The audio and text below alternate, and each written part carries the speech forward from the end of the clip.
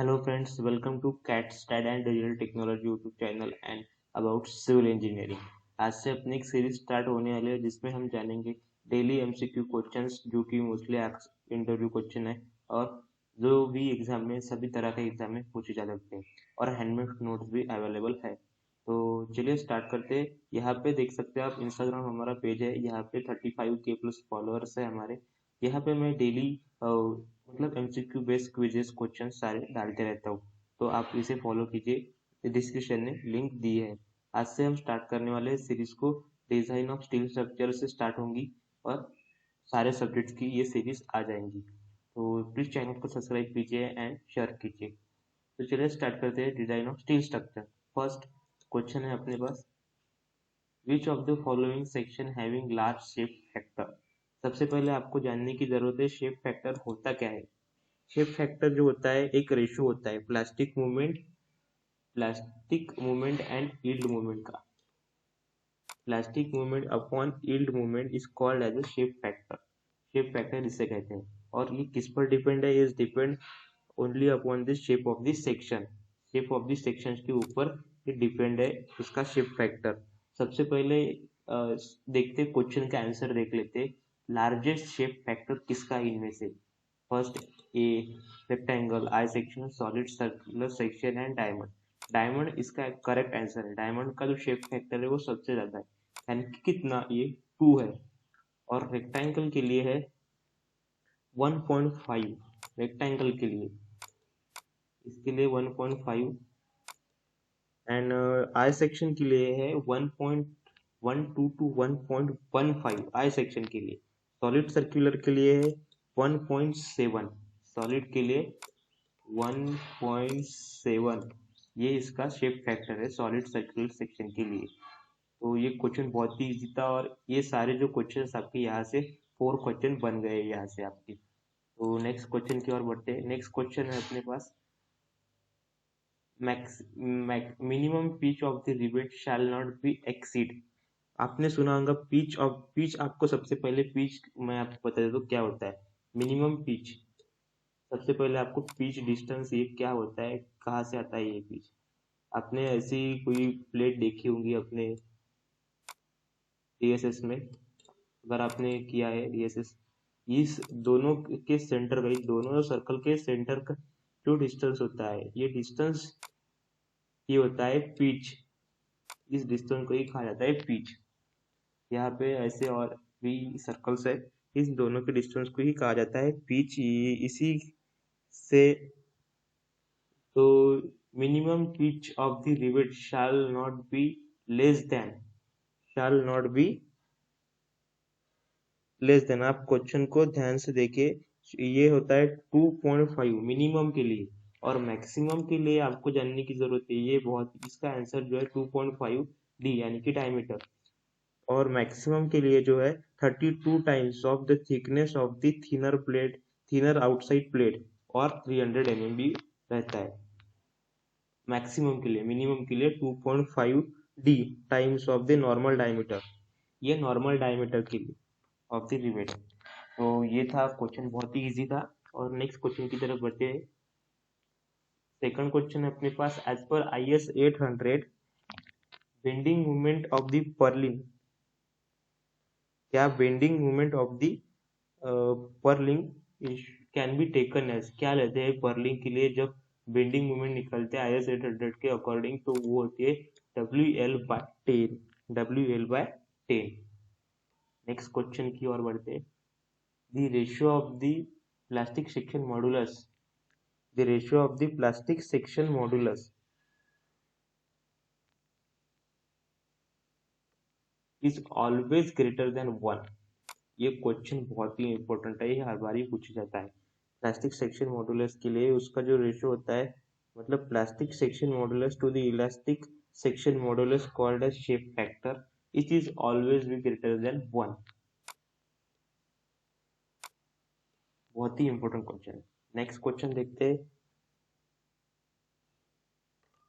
Bolt are the most suitable to carry. Bolt जो होता है मोस्ट सुटेबल टू कैरी, कब कैरी करना चाहिए इसे, इन एक्सियल टेंशन के समय, क्योंकि अभी जो वाइब्रेशन में जो बोल्ट होते हैं वो वीक होते हैं, bolts are weak in vibrations, bolts are more suitable to carry in axial tension. Next question की ओर चलते हैं। नेक्स्ट क्वेश्चन है हमारा, एज पर IS 875 the purpose of the specifying the basic wind velocity the country has been divided into, इसके लिए as per IS 875 the purpose of specifying the basic wind velocity, तो इसके लिए जो अपना आंसर है सी करेक्ट है। और सी में क्यों करेक्ट है, यहाँ पे देखिए 6 जोन में अपनी कंट्री डिवाइडेड है एज पर IS 875 के अकॉर्डिंग, तो इसका आंसर जो आता है 6 जोन। अभी नया जो आया है जो एड्स और जो IS 2007 में दिया गया है, इसके अकॉर्डिंग अपनी जो मतलब अर्थ जो है वो सिस्मिक जोन के लिए, जो सिस्मिक जोन है उसके लिए है 4 पार्ट्स में divide, 2, 3rd, 4th and 5 zone में। नेक्स्ट क्वेश्चन की ओर बढ़ते हैं। Next question, steel tank are mainly design for, steel tank जो है किसके लिए मेनली डिजाइन करते हैं, वो करते हैं वाटर प्रेशर के लिए डिजाइन करते हैं, स्टील टैंक मेनली डिजाइन करते हैं वाटर प्रेशर के लिए। Wait, next question, types of, ये क्वेश्चन बहुत ही इंपॉर्टेंट है भाई, तो ये क्वेश्चन आपको आना ही चाहिए। तो टाइप्स ऑफ स्ट्रेसेस, सबसे पहले देखते हैं types of stresses. Next, allowable value of stresses, इसमें आपको मैच द पेयर करना है। फर्स्ट की जो है एक्चुअल टेंशन, एक्चुअल टेंशन क्या होता है, एक्चुअल टेंशन की जो जोड़ी आती है इसके लिए अलाउएबल वैल्यूज ढूंढने में, allowable values of stresses, actual tension type, ये सारे टाइप्स ऑफ स्ट्रेसेस है। यहाँ से आपका एक क्वेश्चन और बन गया, types of stresses, actual tension, bending tension, maximum shear stresses and bending stresses. अभी उसकी हमें अलाउएबल वैल्यू मैच करती है, और जो एक्चुअल टेंशन है उसकी जो अलाउएबल वैल्यू है वो है 0.60 FY, 0.60 FY। नेक्स्ट है बी, बेंडिंग टेंशन के लिए जो अलाउएबल वैल्यू है वो है 0.66, सामने की 0.66 FY। And C, maximum shear stress, maximum shear stress के लिए जो वैल्यू है वो है 0.40 FY।